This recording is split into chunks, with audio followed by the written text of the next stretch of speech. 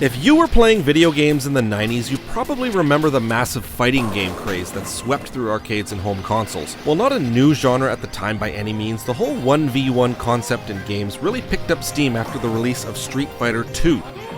Something about the eclectic cast of characters in the head-to-head format really got people hooked, and what followed was an absolute deluge of games trying to replicate that success.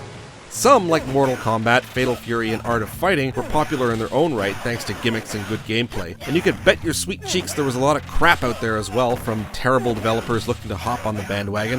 Shaq Fu, anyone? Shit, they even completely upended a few franchises by making their new games fighting games. Double Dragon 5 and Ninja Turtles Tournament Fighters come to mind. And even the Big N wanted in on the action, and they were able to show up in style with Killer Instinct. Killer Instinct. An uncharacteristically dark and technically impressive game that bounded into arcades in 1994. Those who saw this game took note of not only its slick, pre-rendered graphical style, but also its fun combo system and zealous announcer. Super Combo! Now, despite having the Nintendo logo, there were quite a few cooks in the kitchen when it came to getting this thing made, the foremost of whom was Rare, the superstar second-party developer that was simultaneously working on a game you may have heard of called Donkey Kong Country. And like that game, Killer Instinct made use of their ultra-expensive Silicon graphics workstations to make characters that looked like this. If Donkey Kong Country was Rare's moneymaker, Killer Instinct was their passion project. It was also to be something of a tantalizer for Nintendo's upcoming Ultra 64 project, as evidenced by this screen. Available for your home in 1995, only on Nintendo Ultra 64. Kind of a bogus claim though, since the Ultra 64 would get delayed until 1996 and completely rebranded as the Nintendo 64, which meant that if we wanted a home port anytime soon, it would have to be for the good old Super Nintendo. The console was no stranger to fighting game ports, so surely Killer Instinct can make its way there relatively unmolested, right? Right? Well, the first thing you should know is that the Killer Instinct arcade cabinet had a friggin' hard drive in it, meaning it was able to store a whopping amount of assets, like full-motion video cutscenes and backgrounds, not to mention a cajillion frames of animation, and there was no way all of that was making its way over. And, well, you know what, let's just cut right to the SNES version and rip that band-aid off. Enough of this preamble, here we go. Alright, we can work with this. Killer Instinct was eventually released for the Super Nintendo in 1995, with Nintendo themselves handling the publishing duties. While it is clear that cuts were made, quite a lot remained intact, so let's break it all down and see if this thing holds up today. Now, believe it or not, there is a story tying all this malarkey together. Something about a mega corporation called Ultratech that holds a tournament to make different entities fight one another. If I'm being honest, the more you read, the more it becomes clear that they were just trying to stretch some kind of narrative around all the wacky shit they thought up to somehow explain why a skeleton would be fighting a dinosaur. It would have been nice if they leaned more into the corporocratic dystopian side of things and gave us a bit more world building, but they knew why we were here. Now, getting into how the game itself was designed, you're not going to see too much that strays from the tried and true fighting game formulas. This is 1v1 fighting where you pick a character and battle a sequence of characters all the way up to the final boss. There aren't rounds per se, but rather two sets of life bars that each fighter has. The player who fully depletes both of their opponent's life bars is the winner. Think of it like rounds, but without the full reset in between. And I gotta say, it actually feels a lot more brisk and cohesive compared to the stop-start feel of other fighting games like Street Fighter. Your character getting up again, walking a few paces backwards before resuming the fight, just feels good. Finishing moves do make an appearance here thanks to the precedent set by Mortal Kombat, but you'd be forgiven for finding them a bit disappointing. Nintendo did not want to go whole hog with the violence, so while we do get people getting burned to a crisp, no one is getting eviscerated or dismembered. Since finishing moves are really just for spectacle, they could have leaned into some more wacky or bizarre shit instead, and they do sort of with stuff like this car falling from the sky, or the humiliation dances. But really it's not enough. I'll be honest, when I picked this up and played it again, I had forgotten all about the finishing moves entirely. But I want to talk about the characters because having a really fun roster is essential in a fighting game, and it almost functions as a window into the minds of the developers. And with that being said, I don't think Rare really broke the mold here. In fact, in some cases it feels like they very closely adhered to the mold, making sure nothing strayed too far outside of it. Need proof? Well, here's TJ Combo, an American boxer, which, you know, may or may not bring to mind another character from another way more famous franchise, but TJ here actually has cybernetic enhancements in his arms, which he used... Oh, for God's sakes. How about Glacius, who is a shape-shifting alien that was captured and forced into the tournament by Ultratech? Yeah, there's aliens in this story, just go with it, but he's like a frost alien, so we could check the ice guy box off with this one, which means we need a fire guy, and that is Cinder, a convict whose body was converted entirely to flame by Ultratech, which, let's be clear, makes no goddamn sense. Flame! He's made of flame? Good thing you could press up on the character select screen to change your character's colors, so instead I could play as Pissman. How about a ninja? Every fighting game has to have one of those, and here we are. Jago here is a nice little muddled amalgam of Asian stuff. He's a Tibetan monk that's been given the power of the tiger spirit, but he sounds Japanese when he does a special move. And every time a round starts, a big gong goes Gwang! Alright, maybe I made that last part up. But there is a girl. Yes, the one human female playable character is here, and it's Orchid. She's a secret agent who's also 23 years old somehow, and she's here to secretly infiltrate Ultratech. And because this is early 90s 3D graphics, you can 100% expect some weird-looking boobs. She even has a finishing move where she flashes the other player, giving them the old "Ooh, guys!" No doubt because they're looking at a pair of elf shoes. Anyways, let's get out of the gutter here. Chief Thunder is an absolute shredded Native American chief who enters the tournament looking for his brother who entered the tournament the previous year. He's got 2 tomahawks and he can attack with his mohawk, which is pretty cool. If things weren't already off the rails, here we have a goddamn skeleton. Spinal, as he is called, is an ancient warrior resurrected by Ultratech, probably because some guy in R&D said, "Hey, you know what would be cool?" His shield is worth mentioning because he uses it to absorb projectiles and charges special moves. Next we have Fulgor, aka the guy on the cover. I don't want to say that he's just the Terminator meets the Predator, but it really does look that way. Throw in a Dixie Kong ponytail and add some R2-D2 screams, and you've got yourself a mascot. He's a cyborg created by, you guessed it, Ultratech, and they're running him through the tournament as a proof of concept for their eventual Fulgor army. Yet another creation of Ultratech is Riptor, a Velociraptor human hybrid. Although I gotta admit, I'm not really seeing the human part. No doubt a Jurassic Park inspired inclusion, Riptor is kinda crazy and can eat you whole as a finishing move. So this thing is part Yoshi as well, I guess. And then there's Saber Wolf, a werewolf creature that's just looking for a cure to his affliction. Slashing claws, howling at the moon, spooky castle stage, you know the drill. At the very end of the game, you fight Idol, a 2-headed club-wielding beast of legend. He's suitably intimidating, especially when he hits you with the goop goop.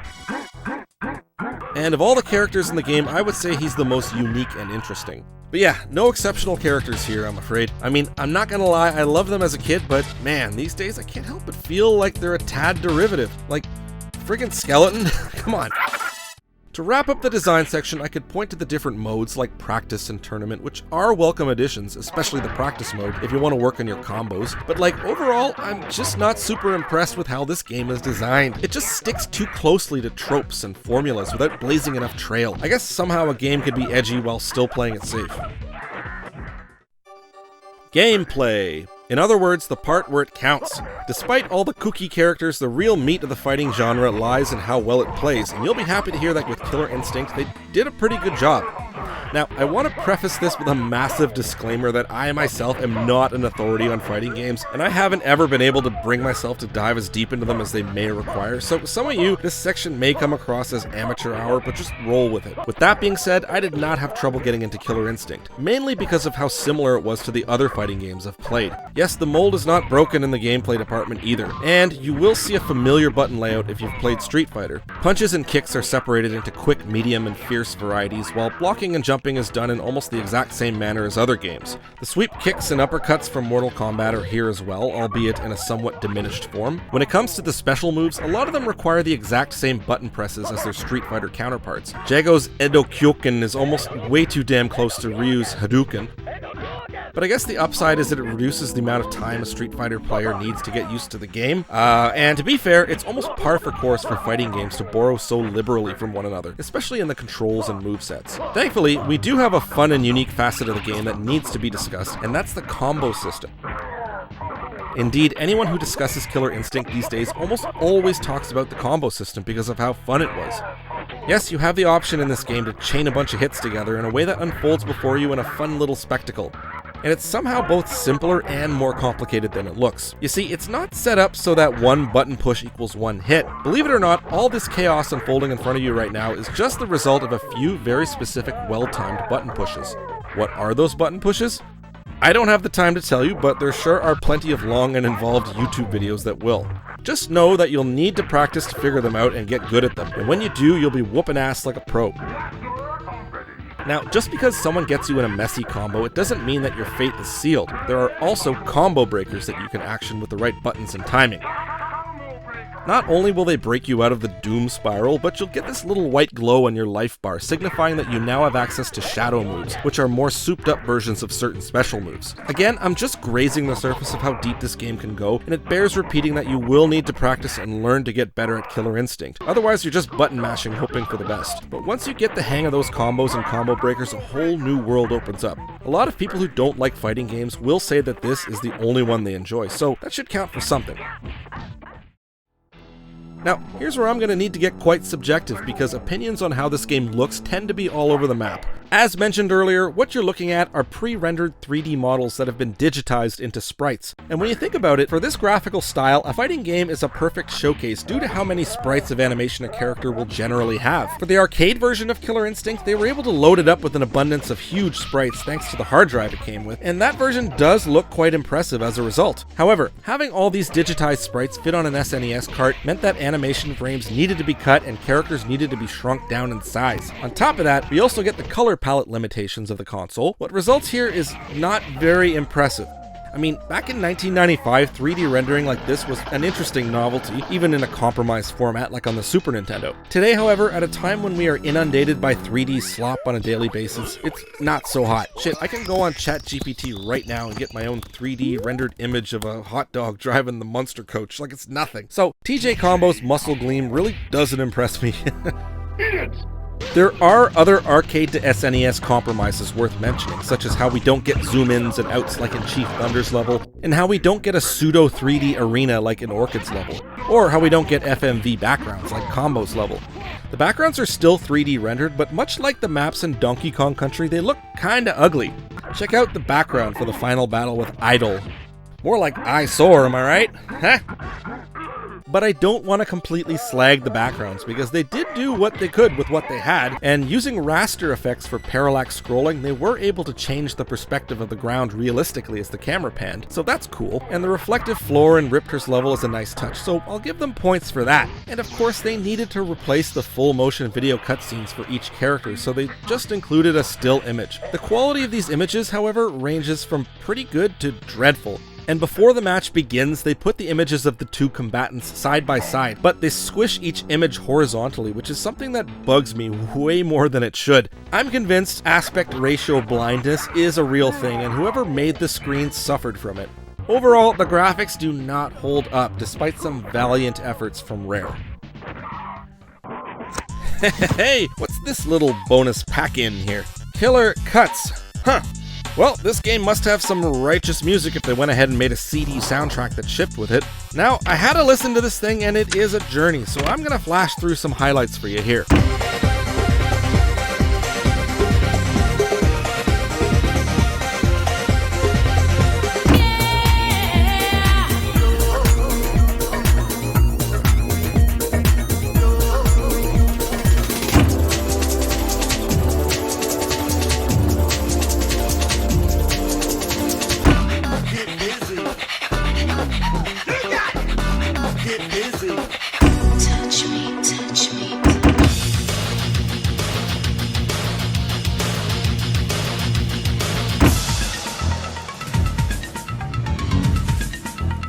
Yeah, this thing is all over the map. It's like if you made a supergroup with Faith No More, Rob Bass and DJ Easy Rock, Enigma, 2 Unlimited, Danny Elfman, Goldie, Skinny Puppy, KLF, and whoever did the Predator soundtrack. Yeah, it's definitely a massive time capsule from the year 1995, but kudos to Rare for putting so much damn effort into making a soundtrack for a video game back then. Now, if we're going to be realistic, we know there is no way this entire soundtrack with all its vocal samples and live instrumentation made it onto the cart. We are once again going to get a compromised version of a much greater thing. So, let's flick the game on and have a listen, shall we? Let's start with the main theme and do a little A-B comparison.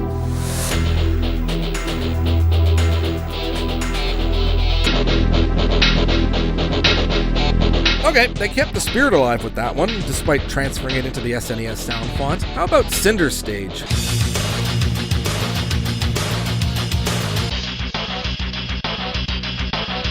Huh, okay, quite a lot gets lost in that translation. Here's Jago's level.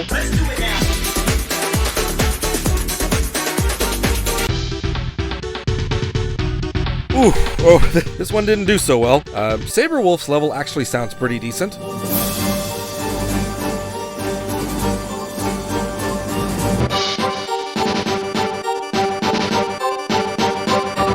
And Chief Thunder's level.